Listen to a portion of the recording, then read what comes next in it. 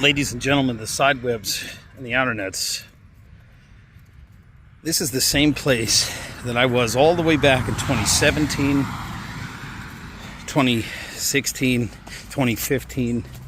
It's so crazy to think of all the things that have happened.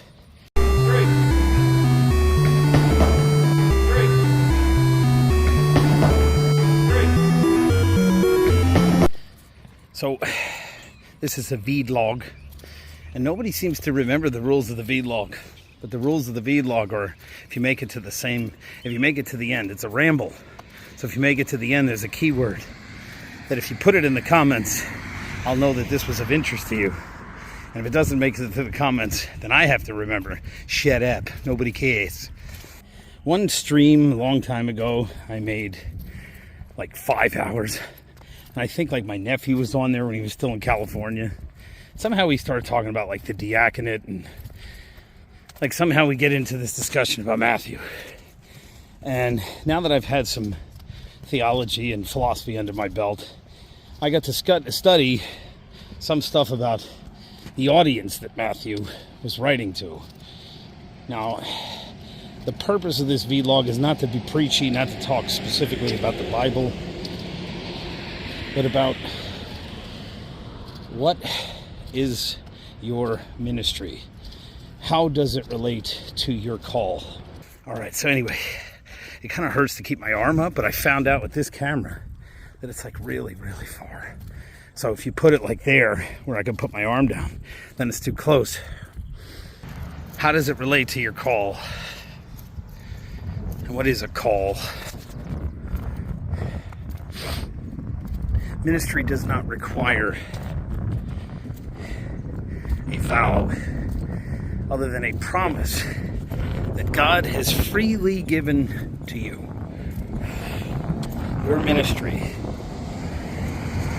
is as simple as when I was thirsty, He gave me drink, and I'm thirsty right now. I've just finished running 2.7 miles, and now I'm trying to walk back 6,000 steps of running.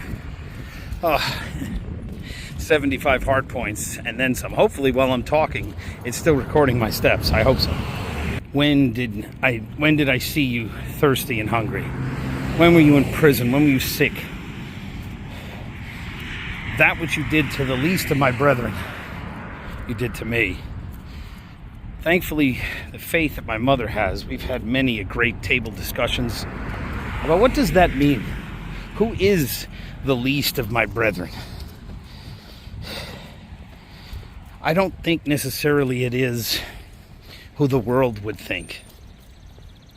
Sometimes the rich are the least. The greatest in this world will be the servant,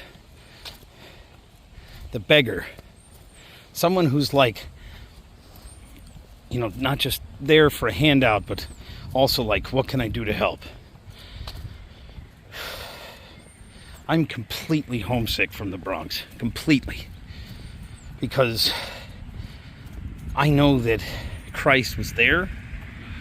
And He was not just there when I carried out the ministry to the underserved. Who the underserved, in a lot of cases, are the servants. And they evangelized to me. But the least were the priests that kind of lived an amazing life for men who take vows of poverty, chastity, and obedience. I mean, I would think part of obedience is obedience to the commandments, to love your neighbor. I don't know that you love your neighbor quite so much. You might be least in love and not quite be so obedient if it's more important to save face and to make fun of someone different than you. But as far as financially and, like spiritually, works-wise, least, you don't have to do any promising. You just have to do. You just have to actually give food, give drink, clothe. You just do those things. Invite people that can't possibly repay you. Well, Jesus is right there. Right there. So, you don't have to go anywhere for God to find you, for you to find God. I know that I don't have to promise anything, but I am so grateful for the free gift that He has given to me of His mercy and His love that I want to give back.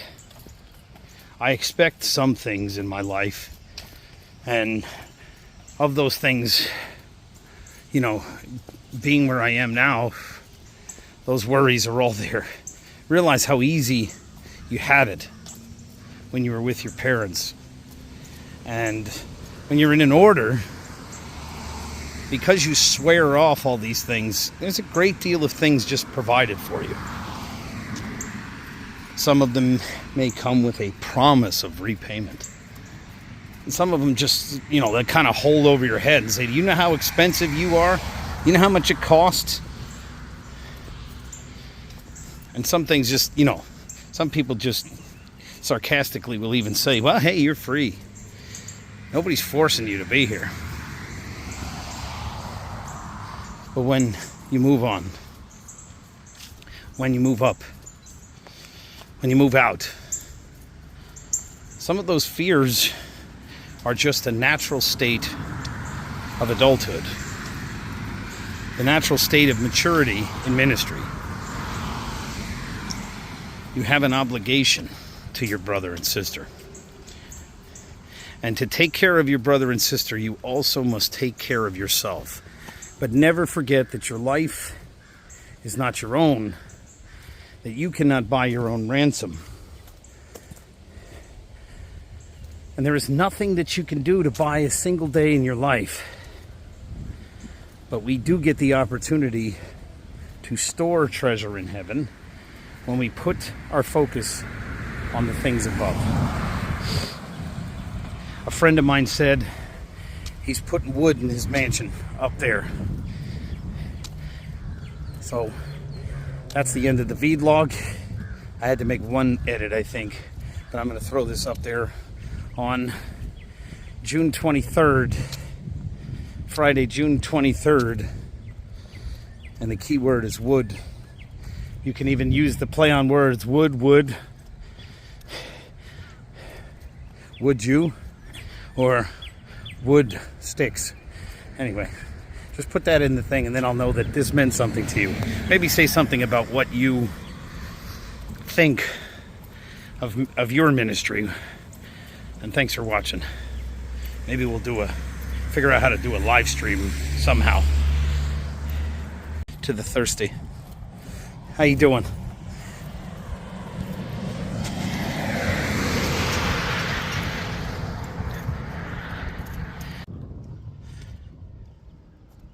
Ladies and gentlemen, take two, right? So ladies and gentlemen, yeah, there you go. So this is 16:9, huh? Ladies and gentlemen, the side webs and the outer nets. It's too close.